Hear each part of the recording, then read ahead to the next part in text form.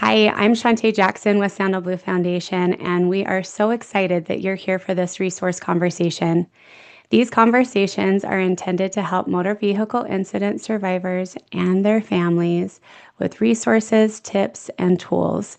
You are in for a treat because today we have Abby with us from the American Trauma Society. Abby, thank you so much for joining.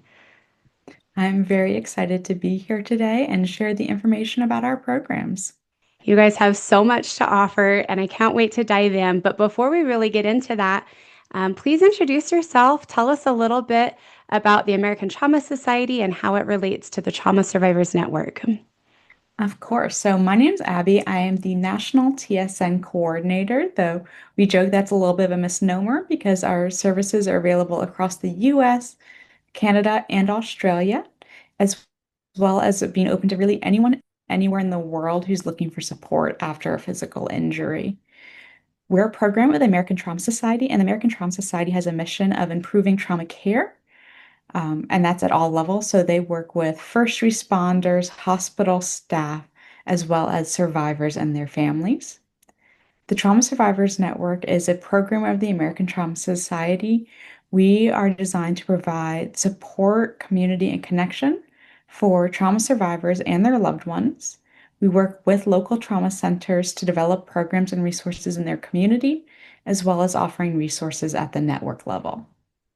Wow. So that was a whole bunch of things at once, and I'm really excited for people to learn a little bit more. But what I'm hearing is that you're helping people that have experienced a trauma. Essentially, that's what you're helping with, just in a lot of different ways. So tell us a little bit about if somebody has experienced some sort of physical trauma, physical injury, what are some of the challenges that you see them facing immediately after that? When it comes to surviving a physical trauma or a serious injury that requires treatment at a trauma verified hospital or medical center, one of the things that we see a lot is that people feel very alone in the experience. They feel very isolated. They may not know others in their community or in their social circles who have gone through this experience. And even though the physical healing might have a path for them, they don't know what to do with that emotional and mental healing portion as much. And it's hard because the community also isn't as aware of injury, so they don't know how to respond and support those individuals. There is this misconception that once you're discharged from the hospital, you're fine. But what really happens is that's the start of the healing journey for so many individuals, and that journey can take weeks, months, years. We work with survivors who are anywhere from, they're still inpatient at the hospital to they are decades out from their injury. And we also work with their loved ones because those families are going through their own traumatic experience. Even if they weren't injured, they are going through something that no one ever wants to go through. And a lot of them are watching their family members in the ICU, struggling at the bedside. They're becoming caregivers. And we want to make sure they have the support they need as well. That's beautiful. So you're talking about people that oftentimes their physical injuries are addressed, and then there's kind of this, what about the rest? And we both know this. Probably all of you listening have experienced this, where you've had a physical injury, it was potentially life altering. The hospital staff and all the healthcare workers, they did a fantastic job, hopefully, in helping you with that physical injury. And now you're going, what next? What do I do next? Because I have to figure out how to learn to live my life with this, potentially adaptation from this injury or the emotional toll that it took on me. So tell us a little bit about what you do to help with that. Of course. So adapting kind of to the new reality, I love that term. One of our survivors brought it up to us, is that you honestly sometimes you just need connections. You need to know that there's people who have gone through this and how they succeeded so that you can start building your own toolbox for recovery. And a lot of the ways we do that is through connection, peer support, And at the hospital level, we have peer support programs. There are individuals with that lived experience. They might have been injury survivors themselves. They might have been a loved one of survivor, and they go back and they visit families and individuals at the bedside, providing that first point of contact, that connection, and sometimes hope for the future. So many of our survivors talk about the fact that that peer visitor changed their entire mindset because talking to someone who had been there, who had lived it, who understood the anger, the uncertainty, the fear, and told them that there was life afterwards, um, is it's incredible what that does. Yeah, absolutely. And I've been on both sides of that myself. And it is amazing to be able to be in a space with somebody that understands without explaining. There's so much that we feel like we have to explain to people just because they've never been there. And when somebody can sit with you or talk with you at, in a way that nobody else would be able to unless they've lived it is such a powerful thing.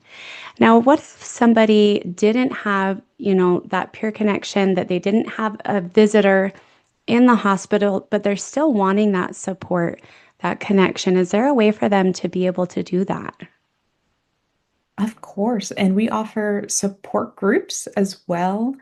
We have a whole listing on our website of both the support groups offered through the ATS TSN. We offer 4 a month right now, as well as all of our local TSN programs. Some of them offer in-person support groups, a lot of them are offering virtual support groups. So whether you are a survivor, a loved one, whether you're pediatric, there's groups that are kids specific, or teens and early adults. There's hopefully a support group out there that's going to make you feel less alone and supported by your fellow peers. And we have a great partner called Tandem Stride, and they also provide peer mentorship in an app. So even if you're not able to get that peer mentorship, at your hospital or in your community, there is still a way to access that and get that one-on-one support. That's a great point out. And we have talked with Tandem Stride as well. So you can check out that resource conversation to learn more about them. Now, what website should they go to if they are looking out and reaching out for some of those support groups? So if you go to traumasurvivorsnetwork.org, that is our homepage for the community. And when you go there, yes, our support group page is actually our most hit page after our homepage. But what I really recommend is going to our search function, whether that's the map search or the list search, to find the TSN programs that are in your community. We have over 300 TSN sites across our network. We wanted you to get in touch with the people who are in your community, who know the resources that are available to you and your family the best. So getting in touch with those experts is great. And then after that, definitely just explore. We have resource directories, and you can actually sort those to see which ones are led by survivors themselves who have that lived experience. We have our TSN notebook with articles, stories, highlights to give you insight into other survivor journeys and resources that have helped them, as well as family members and their journeys. So definitely, there's a lot to explore. I love that. And I think all of us need that because we need different types of things. We're looking for potentially different kinds of connection or different ways to connect with people. And it's obvious that you guys have thought about this very intentionally of if somebody's uncomfortable with this way, let's give them that way. And so playing around on the website is definitely a really good place to start. And what I'm hearing also is that there are physical locations that there is a TSN representative in that they can help you. And I'm assuming are all of those locations hospitals? So they are right now all hospitals. Some are trauma centers, some are rehab hospitals, but they're all run by staff who work within the field of trauma. Okay, and what's the best way to find one that's close, right? Like I live in kind of a rural area. How do I find one that's closest to me? So on our website, we do have a list search or a map search. You can click right on your location or state. They will give you a list of everyone available there with their towns. Sometimes there's going to be more than one that is local to you. Sometimes they might be equally far. but you can sign up to join as many trauma centers as you want. When you sign up to join a center, that button should be right on the top of their page. You'll be added to our national mailing list, so you'll get resources that way monthly, and then you'll be able to be in contact with those local sites for when they offer different events, community building. Every program at the local level is a little bit different in the supports they have, but they all offer amazing things for their survivors and families. That's so beautiful. And I have played around on the website and looked, and it's so easy because I can just search by state. I'm in Utah, and then there's a list, and there's even their contact information, and they're so lovely to work with. They truly, truly care, and they're definitely the type of people that are relatable and real, and there's zero judgment. This is what they do all the time, and they're in it because they care. They're very passionate about connecting survivors together to feel this sense of community. So, thank you for sharing about that and the things that you're doing. Now, is there any other way to be getting resources or hearing stories or feeling like you're not alone, perhaps on social media or other ways? You mentioned a newsletter. Tell us any other ways people that maybe feel a little hesitant to reach out directly. Is there a way that they can kind of get a feel for the work that you do? Yeah, so outside of our website, we do have an active social media accounts on both Facebook and Instagram. We have things like Toolkit Tuesday, where we post questions that we've heard from the community, and people post answers on what helped them in their recovery journey. We are currently doing some Family Fridays with tips and support for the family members of survivors because they're part of our community as well.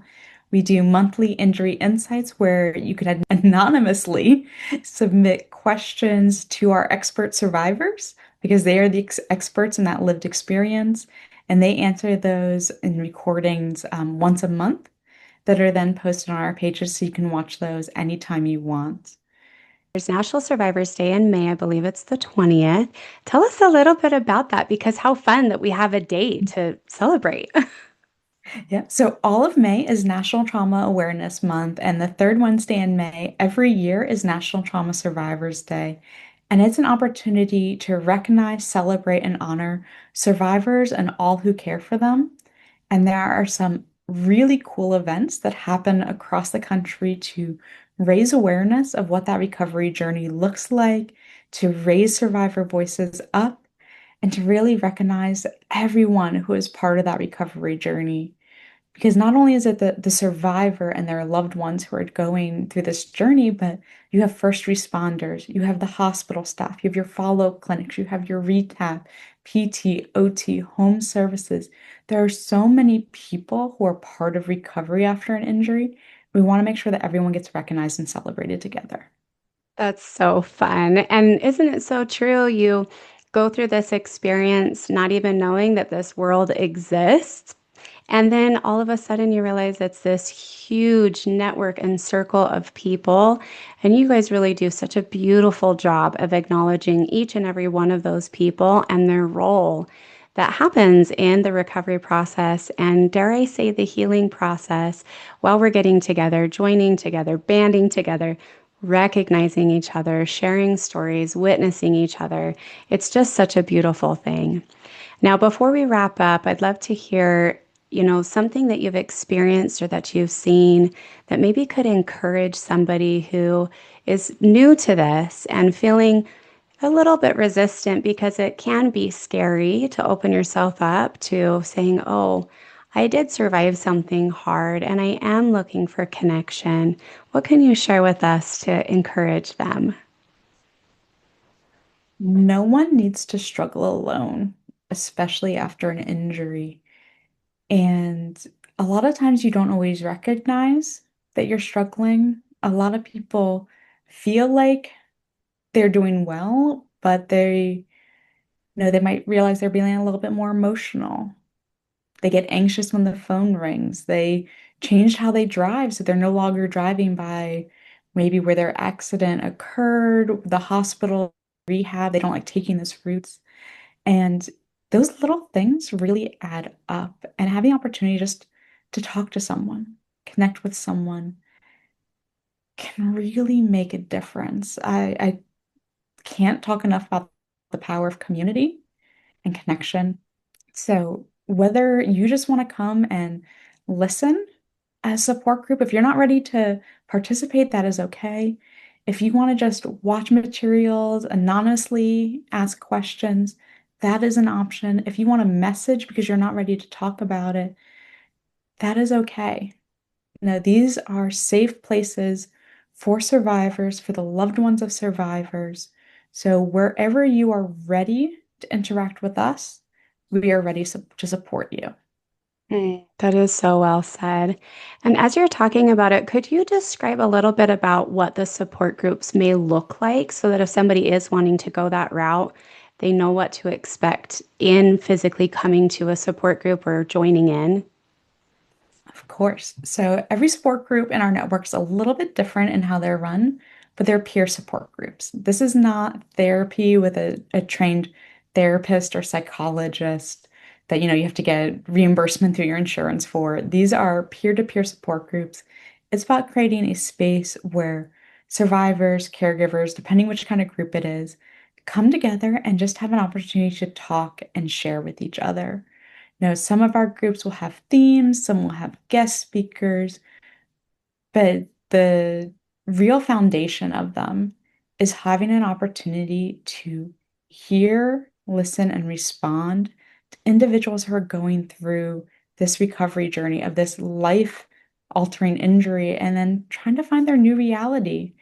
And they're here, there to share, they're there to get support, they're there to give support. And it's hard to describe what that impact is until you've been there. So Yeah. even if you don't think you're someone who needs a support group, I recommend trying one, even if you just sit there for a little bit and listen. That's so amazing. And I do want to make sure that people understand, is there a cost involved with this? There is no cost for anything associated with the Trauma Survivors Network. That's amazing. So, everything that Abby's talked about today is for you. And as she said, it's for you where you're at. It doesn't matter where that is. If you're in a very low, dark place, or you're ready to help, or anywhere else in between, and depending on the day, you may be in both of those spaces. I know that's where I swing. It's for you, and it is completely free, and it truly is just for you to understand and recognize and to feel supported by other people that have been through something similar. And I will attest to the feeling that can come from being around other people that have experienced something similar. There really is such a lightness to it to be able to be in a room with other people, or even if it's on a call. I know sometimes those support groups will meet virtually, to be able to communicate and just listen to other people. And you'll hear people say things and you're like, oh, I feel the exact same way, or I did feel that way at one point. What a beautiful thing to be able to have that.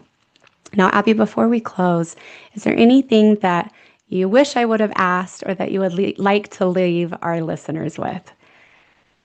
I was gonna say the only thing I would add is that we are looking forward to hearing from people. You can reach out to us by email, you can call us, you can explore the website.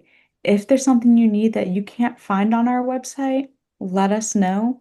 We're here to help you find the resources you need for your unique recovery journey. That's amazing. We are so grateful that you joined us today. We are extremely grateful for the work that you're doing and that everybody's doing behind the scenes to make this happen for free for trauma survivors and that they can have a connection and a support group. And with that, we hope that your road is a little bit easier. Thank you so much, Abby. Thank you.